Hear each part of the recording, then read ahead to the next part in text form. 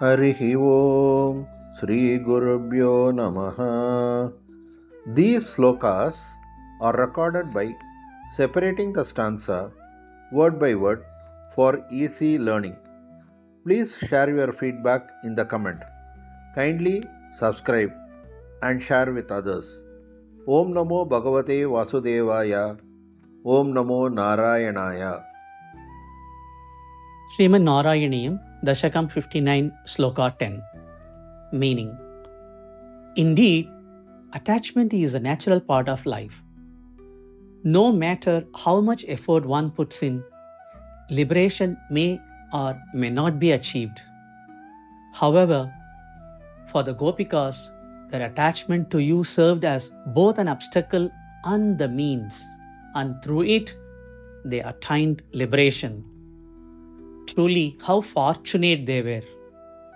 O Lord of Guruvayur, please protect me. ശരിക്കും ബന്ധം സ്വാഭാവികമായതാണ്. എത്ര പരിശ്രമിച്ചാലും മോചനമാർഗം ലഭിക്കണമോ അല്ലയോ എന്നത് വ്യക്തമായില്ല. പക്ഷെ ഗോപികമാർക്കുള്ള നിന്റെ ബന്ധം ഒരു തടസ്സമായും ഒരു മാർഗമായും പ്രവർത്തിച്ച് അതിലൂടെ അവർ മോചനം നേടിയിരുന്നു. എത്ര ഭാഗ്യമുള്ളവരായിരുന്നു അവർ. ഓ ഗുരുവായൂരപ്പ, എന്നെ രക്ഷിക്കണമേ. உண்மையில் பற்றுதல் என்பது இயற்கையாகவே வருகிறது. மிகுந்த முயற்சிக்கு பிறகும் முக்தியை அடைய முடியுமோ இல்லையோ என்பது சந்தேகமே. ஆனால் கோபிகைகளுக்கு உன்மீது உள்ள பற்றுதலே இரண்டுமாக இருந்தது.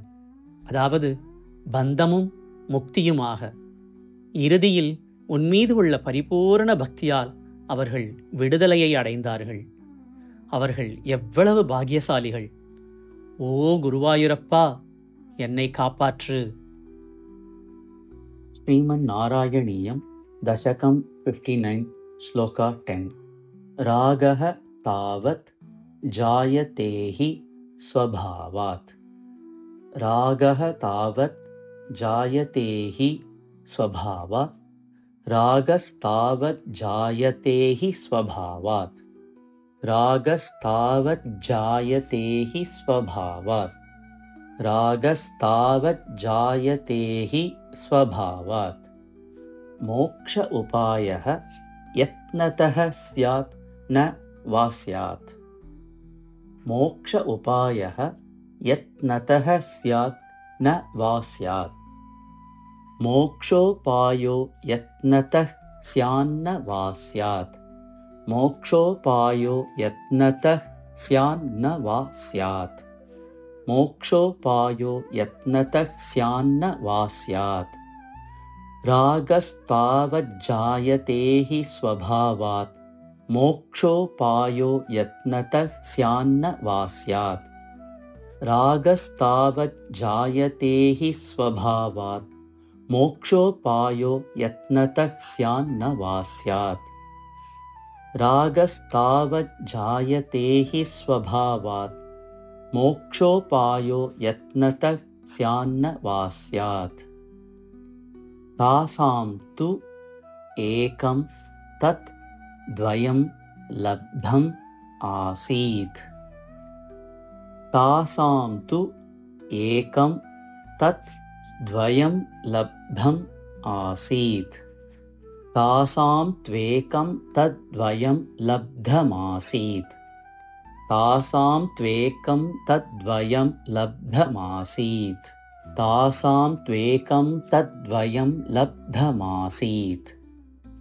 பாக்யம் பாக்யம் பாஹி மாம் மாருதேஷ. பாக்யம் பாக்யம் பாஹி மாம் மாருதேஷ. பாக்யம் பாக்யம் பாஹி மாம் மாருதேஷ. தாசாம் த்வேகம் தத்வயம் லப்தமாசீத். பாக்யம் பாக்யம் பாஹி மாம் மாருதேஷ. தாசாம் த்வேகம் தத்வயம் லப்தமாசீத்.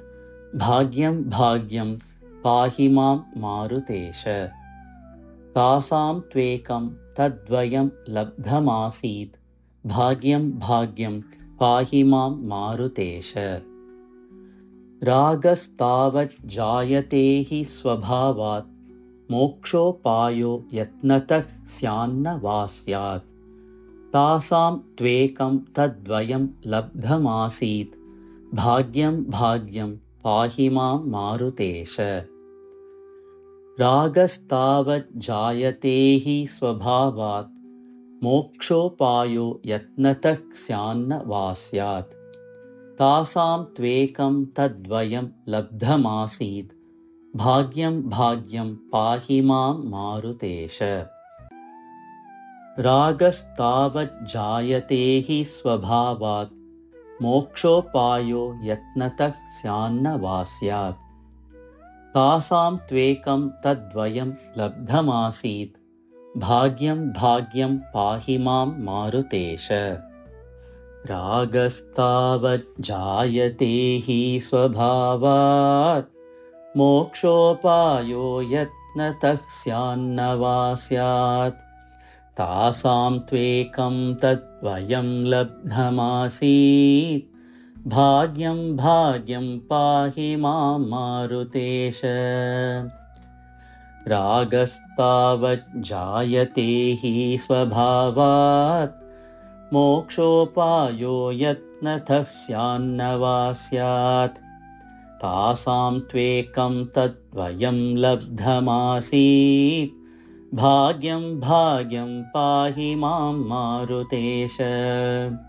रागस्तावज्जायते हि स्वभावात् मोक्षोपायो यत्नतः स्यान्न वा स्यात् तासां त्वेकं तद्वयं लब्धमासीत् भाग्यं भाग्यं पाहि मां मारुतेश।